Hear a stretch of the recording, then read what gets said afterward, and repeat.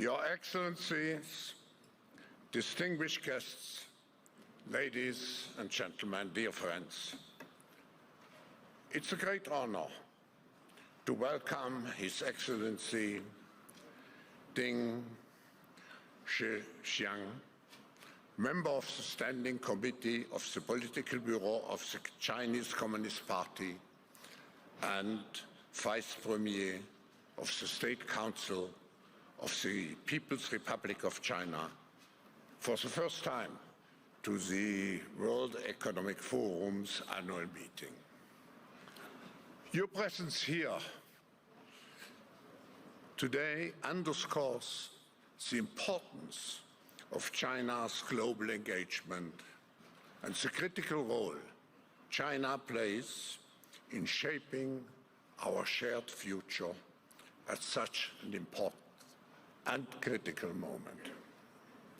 Your Excellency, China has emerged over the last decades as a key player in addressing global challenges, and its contributions to global economic growth and development are undeniable. China's commitment to sustainable development and its ambitious goals for a green economy are impressive. Your multiple initiatives have the potential to improve global trade and infrastructure, connect continents further, and foster economic growth, especially for the Global South. Vice Premier Ding, you have been a pivotal figure in China's political landscape, known for your strategic vision and dedication to advancing China's modernization. With a career spanning several decades, you have played a crucial role in shaping policies that drive economic reform, technological innovations, and sustainable development. Your leadership in various capacities, including as Director of the CCP General Office, has been instrumental in fostering international cooperation and addressing global challenges. We are honored to have you with us and to share your insights on building a more, I should say, interconnected and resilient world. Please join me in welcoming His Excellency Vice Premier Ding to the stage.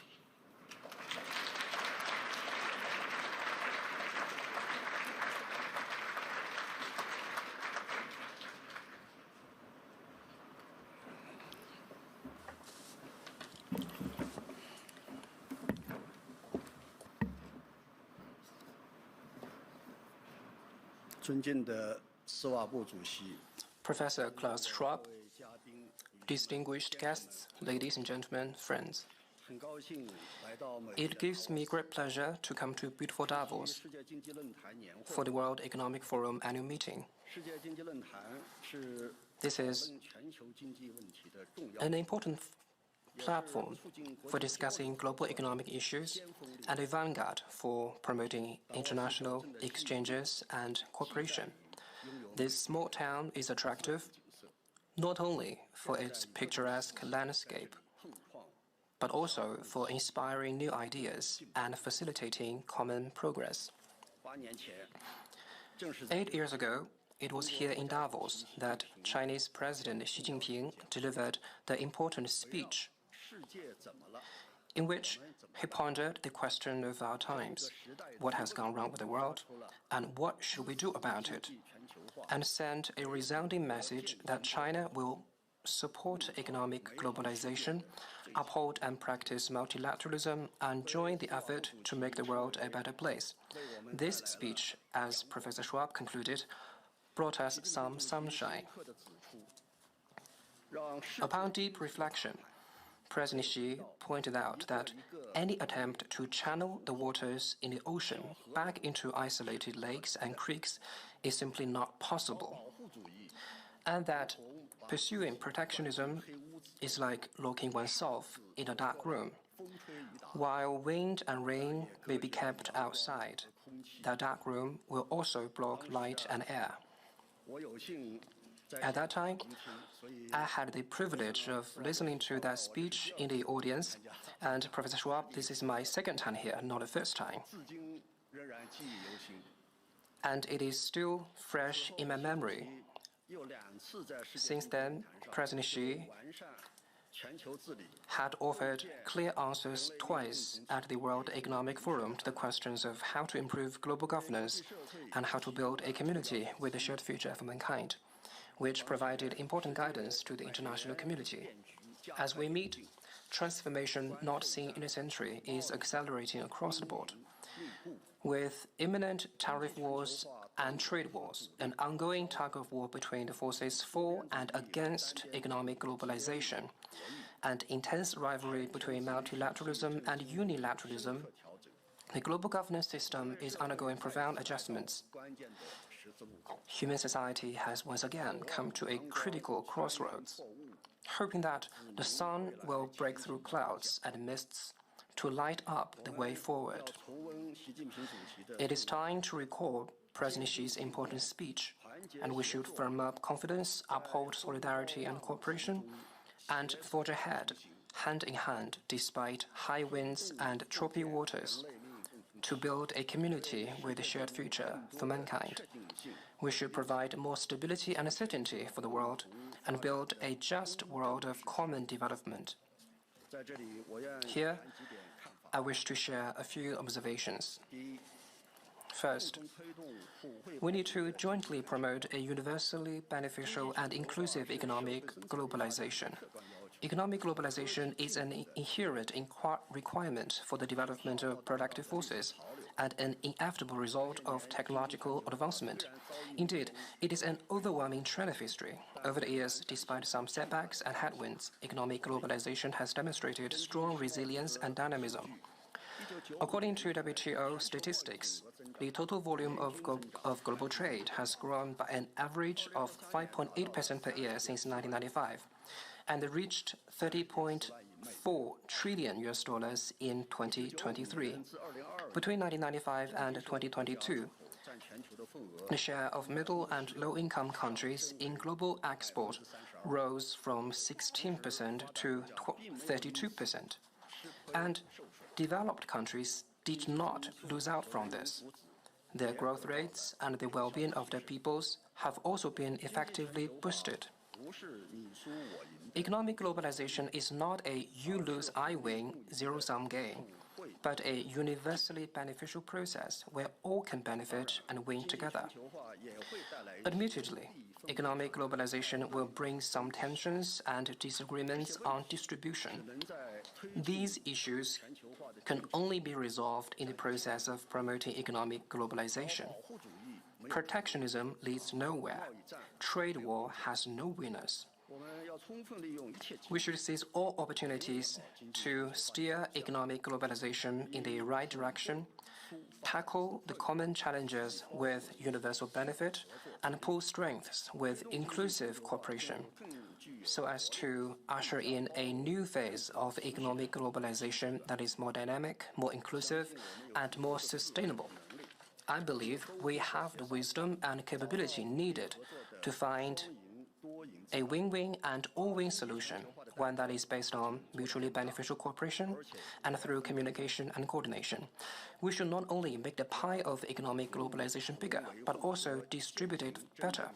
Second, we need to jointly uphold and practice true multilateralism. Multilateralism is the right way to maintain world peace and promote human progress. It is the golden key to solving the difficulties and challenges facing the world. International affairs should be decided by all through discussion, and the future of the world should be determined by all countries together. This is a consensus shared by the international community. We must hold high the banner of multilateralism, pursue the vision of global governance featuring extensive consultation and joint contribution for shared benefit, and ensure equal rights, equal opportunities, and equal rules for all countries in international affairs. This year marks the 80th anniversary of the founding of the UN. We should seize the opportunity to reaffirm our commitment to the purposes and principles of the UN Charter, firmly uphold the UN-centered international system and the international order based on international law, and make global governance more just and equitable. We should firmly uphold the multilateral trading system with WTO at its core, uphold its role as the main channel for rules-making on international trade, and foster an open, inclusive, and non-discriminatory environment for international economic cooperation. Third, we need to jointly foster new drivers and strengths for global economic development. The theme of this year's annual meeting, Collaboration for the Intelligent Age, is highly relevant. In today's world, the new round of technological revolution and industrial transformation is deepening. Cutting-edge technologies such as AI, quantum computing, quantum technology, and biomedicine are flourishing, and digital green and intelligent development is picking up pace. We should seize and make the most of these opportunities to enhance connectivity in the digital age, promote international cooperation on sci-tech innovation, help countries strengthen emerging and future industries, and accelerate the cultivation and development of new quality productive forces. In recent years, the North-South divide has become more pronounced, and the gaps in technology, digital access, and AI are still widening. We should uphold the principle of harnessing sci-tech achievements for the benefit of all humanity. We should help developing countries build AI, intelligent transportation, smart energy, and other new infrastructure, and promote the application of information technology in key livelihood sectors so that more countries can get on board the fast train of digital economic development. Fourth, we need to jointly tackle major global challenges. Currently, the world is going through transformation and turbulence, and challenges such as climate change, food security, and energy security keep cropping up. Only by strengthening global solidarity and pooling global efforts can we overcome the challenges and build a better future together. President Xi proposed the Global Development Initiative, the Global Security Initiative, and Global Civilization Initiative, offering important public goods to the world. We should work together to advance these three global initiatives to generate enduring impetus for development, pass on the torch of peace to future generations, and illuminate the splendor of civilizations, thereby gathering formidable strength to overcome difficulties and challenges. Green transition is a prevailing trend of global development and the fundamental solution to climate change. The international community should work together to accelerate the energy transition in an equitable, orderly, and just manner, keep the new energy industrial chain stable, and promote green products and technologies. We must follow a consistent approach in addressing climate change and improve the consistency of environmental and climate policies and economic and trade policies, so as to prevent economic and trade frictions from impeding the process of green transition and avoid erecting green barriers that could disrupt normal economic and trade cooperation. Security and development complement and reinforce each other. At present, some international hotspot issues and conflicts are dragging on and having a serious impact on global peace and stability. We should promote security and peace through cooperation and resolve disputes and differences through dialogue. It is essential that we follow a new path to security that chooses dialogue and partnership over confrontation and alliance. We should support the UN and its Security Council in playing a bigger role and support all efforts conducive to the peaceful settlement of crises. Ladies and gentlemen, friends, China is a key engine for global economic development. Whenever world economic issues are discussed at Davos, a lot of attention would be on China. Here, taking this opportunity, I'd like to share with you some of the major trends that characterize the Chinese economy. The first major trend is that high-quality development is making solid progress. This is a big highlight of the Chinese economy. Over the past year, the Chinese economy made steady progress while maintaining overall stability. China's GDP grew by 5%, one of the fastest among major economies. In response to the headwinds and the challenges confronting China's economy, we stepped up countercyclical measures and, in particular, intensified efforts to introduce a package of incremental policies that effectively boosted the real estate and stock markets, improved market expectations, and restored public confidence. As a result, the economy has rebounded and turned for the better. The headwinds encountered by the economy of China are due to both the external environment and temporary pains brought by our own economic restructuring. We have persistently promoted high-quality development. New business sectors, forms, and models have kept emerging. This has played an important role in overcoming economic difficulties. During my inspection tours to different parts of China last year, I saw the evident progress in the transition from traditional growth drivers to new ones. I saw emerging and future industries booming and new quality productive forces taking shape at a faster pace. All the business I visited, from private companies to foreign invested ones, and from traditional manufacturing to digital firms, have great confidence in future development. This year, China will further intensify macro policies and adopt a more proactive fiscal policy and an appropriately accommodative monetary policy. Will vigorously boost consumption, improve investment performance, facilitate the integrated development of sci-tech innovation and industrial innovation, promote the sound and stable development of the capital market, stabilize the real estate market, and effectively prevent and diffuse local government debt risks so as to effectively pursue higher quality economic growth and appropriately increase economic output. China's stable and sound economic development will inject strong and sustained impetus to global economic development. The second major trend is that green and low-carbon transition is accelerating across the board. This is a salient feature of the Chinese economy.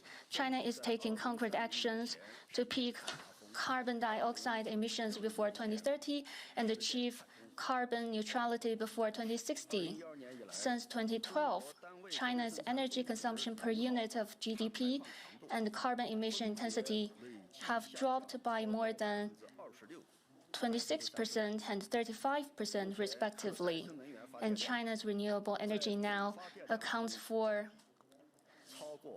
over 35% of its total power generation. China has built the world's largest and most complete new energy industrial chain. 70% of the photovoltaic components and 60% of wind power equipment worldwide come from China. This high-quality production capacity had served as a strong boost to global green development and climate response. China's circular economy enjoys a robust momentum of development.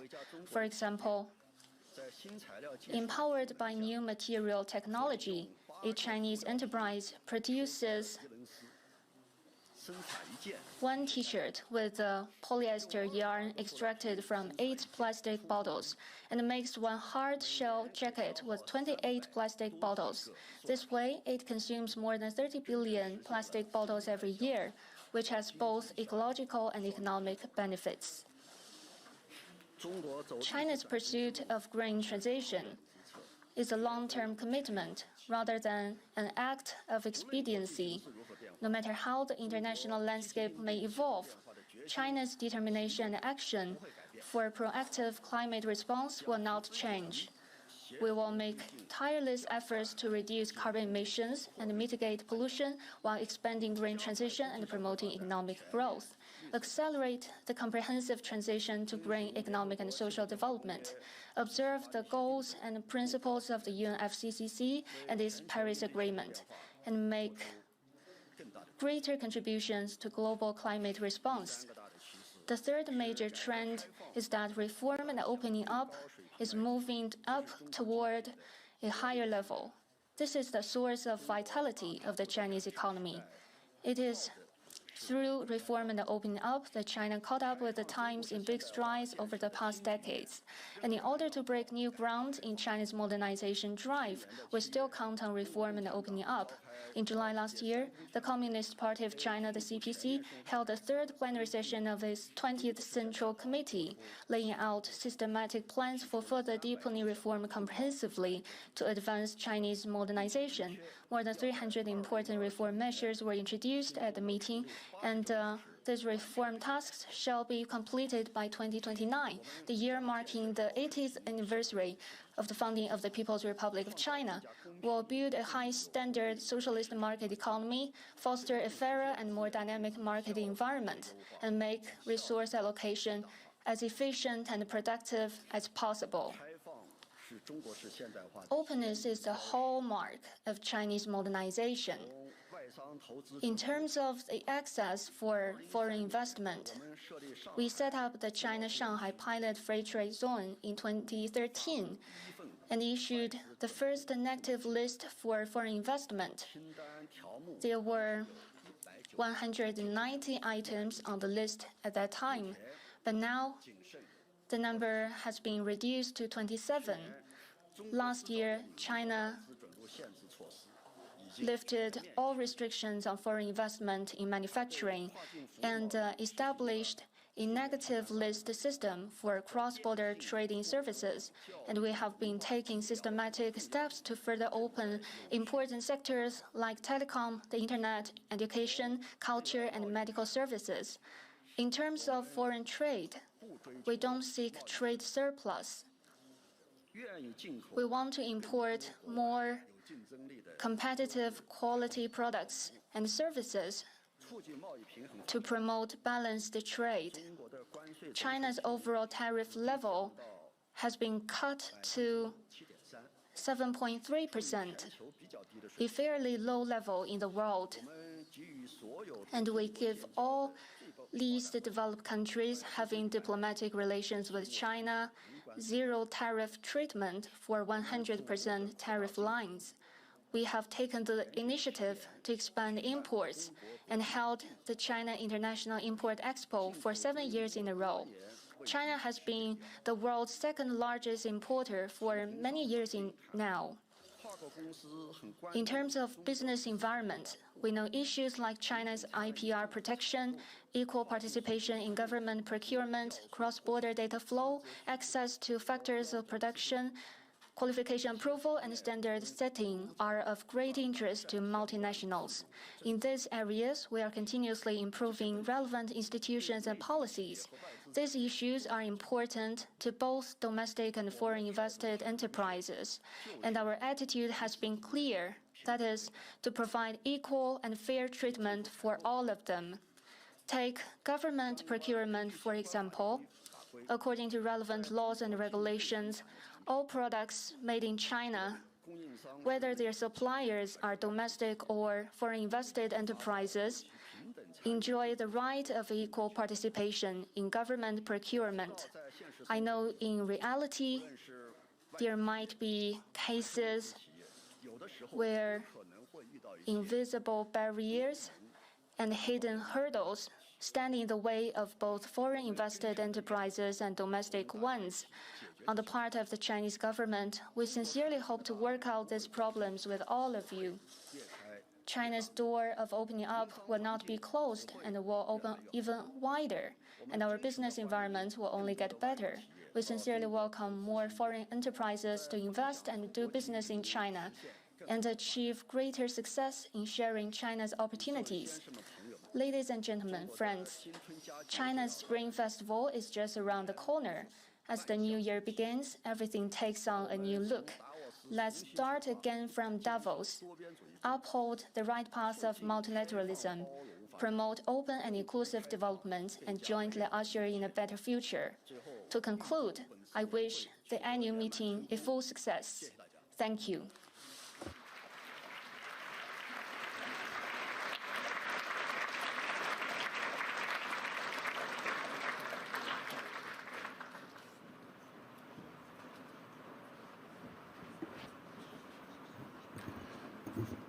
Thank you, Vice Premier Ding, for having given us a very deep and comprehensive insight into Chinese policies and the status of the China economy. Let me follow up with one or two questions. First, we are now in a kind of reshaping of the global order. And my question would be, how does China actually view its role in shaping the global order among the rising tensions which we have? And what would be actually the consequences, Vice Premier, of a world falling apart into two different systems, short-term and long-term? And what should be done to avoid such a scenario?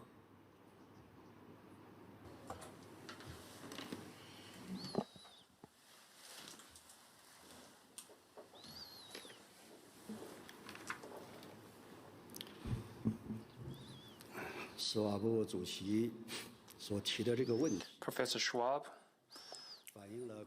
your question reflects the international community's interest in China's role and also a concern shared by the international community about the international landscape. The worry that the world may split into two separate systems. On China's role in the international order, as a Chinese saying goes, what a person says and does tell you what that person is.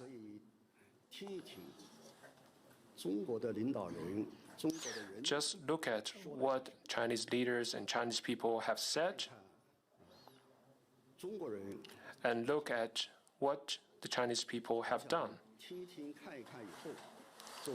After that, I think any upright person would come to the conclusion that China is a responsible major country and a firm defender and builder of the international order. First,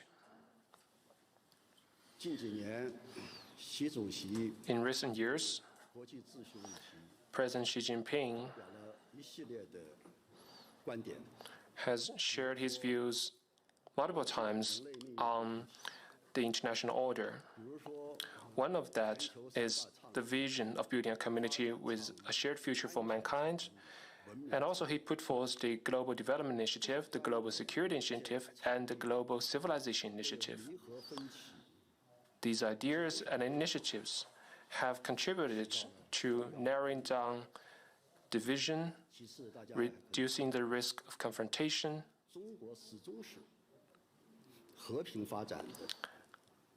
at the same time, China has always been a staunch exerciser of peaceful development. In international affairs, we always champion dialogue and partnership rather than confrontation and alliance. It is fair to say that with respect to peace and security, China has the best track record among the world's major countries. Third, China has been a staunch supporter of true multilateralism. We firmly uphold the international system with the UN at its core and the international order based on international law.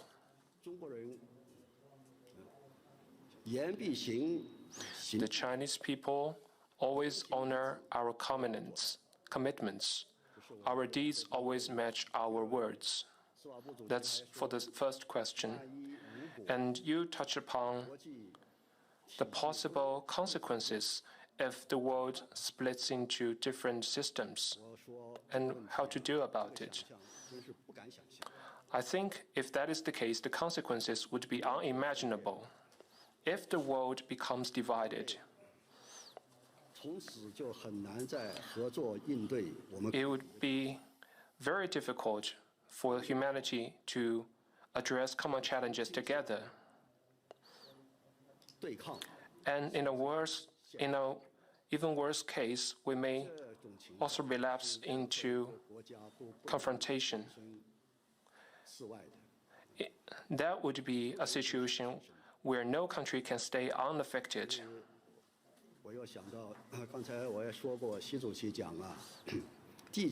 President Xi once said that all countries in the world are like passengers in the same big ship. We share the same future and need to act with stronger global solidarity to narrow down division and avoid unimaginable consequences. We should work together to bring to life the vision of building a community with a shared future for mankind, firmly oppose zero-sum and Cold War mentalities, make the international order more just and equitable. At the same time, in this process, I think the role of major countries is very important. The major countries must lead by example and act in a way befitting their stature.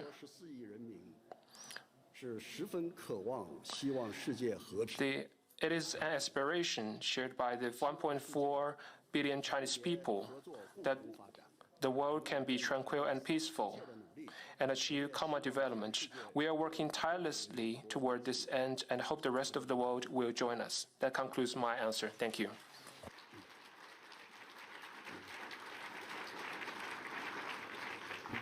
Thank you, Vice Premier Ding.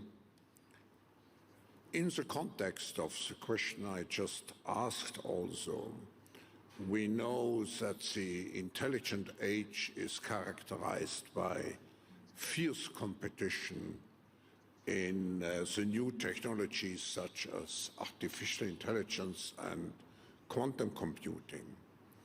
Now, those technologies significantly transform industries and societies, but they also enhance national power.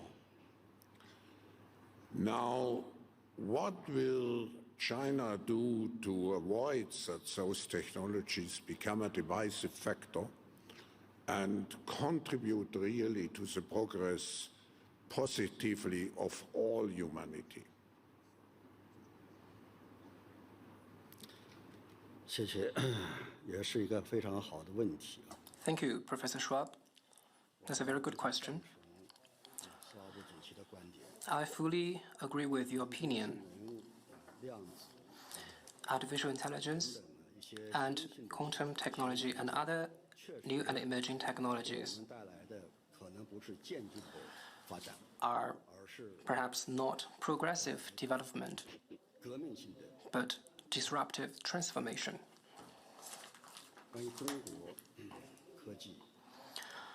On China's science and technology, over the years, China has registered economic growth and sci-tech progress and has made achievements that has attracted the attentions of the whole world. But we know very clearly that our achievements are attributed to open cooperation. So open cooperation on science and technology, and we are fully aware of its significance. So over the years, we've been committed to such principles as science knows no border and should benefit all humanity. And we have been promoting international cooperation on science and technology in terms of innovation and the sharing of technological results. Up until now, China has established cooperative relations with more than 160 countries and regions on science and technology. Especially, we strengthened cooperation with Global South countries, and we also shared the application of new technologies.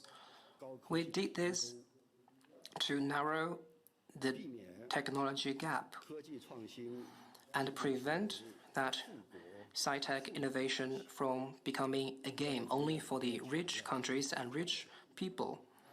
And we have made encouraging progress in this regard.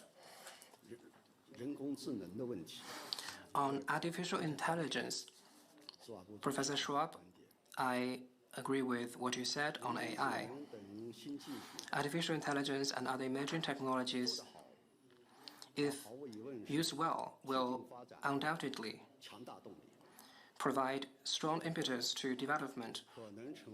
But otherwise, if used unwell, it will be a primary source of risks.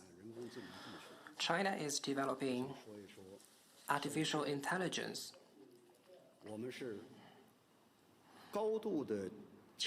When we do this, we attach great importance to strike the right balance between development and security.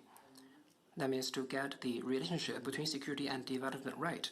We seek progress while maintaining stability. To ensure that we will not go astray, let me draw an analogy. Just like when you drive a car on a highway, you must first make sure that the brake is functional before stepping on the gas pedal. So, striking the right balance between development and security is of utmost importance. And China is developing AI to promote the intelligent transformation of our economy, to deliver a better life for the 1.4 billion Chinese people, to make them live a modern life. This is our objective, so we will not blindly follow others' practices. We will not engage in excessive competition in this regard. So, the Chinese government is capable of ensuring the sound management of artificial intelligence because we have a very strong institutional system and a monitoring system. And we have a very strong ethics committee. So with all this, we can manage and utilize artificial intelligence and other emerging technologies to the benefit of our people. On the global governance on AI, this is a tough issue. If we allow this reckless competition among countries continue, then we will see a great rhino. What to do about it? I think we need to review the history.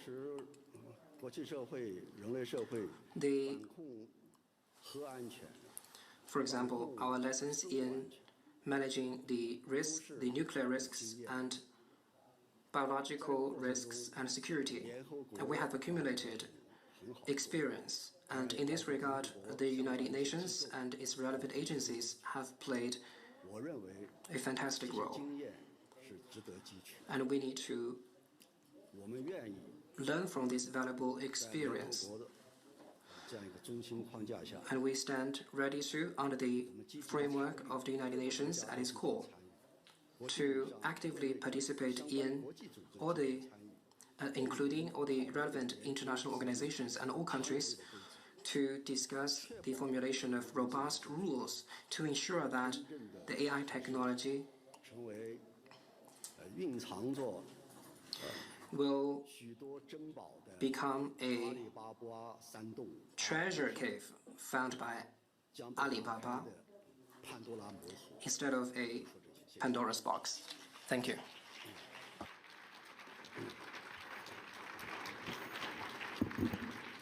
Ladies and gentlemen, this concludes our session, and please join me again thanking Vice Premier Deng for his insights into China's policies.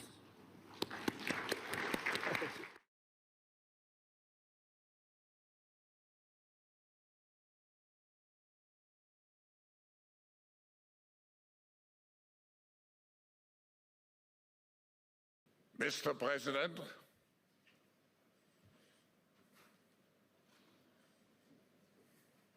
hello. What great honor. What great honor and pleasure to welcome you back to the Davos community.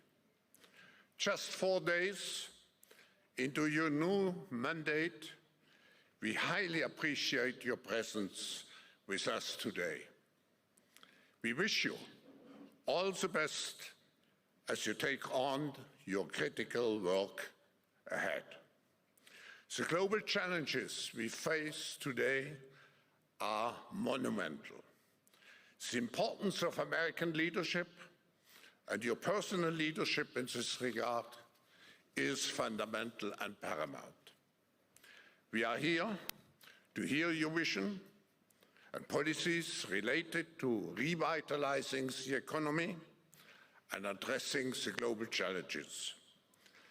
As you might expect, Mr. President, your return to office and your forthcoming policies have been at the focus of our discussions this week. The discussions among 3,000 political and business leaders from over 130 countries who came together here in Davos. We look forward to hearing first from you and then to the follow-up discussion with business leaders moderated by my colleague, Børge Brende. Ladies and gentlemen, the President of the United States, Donald J. Trump.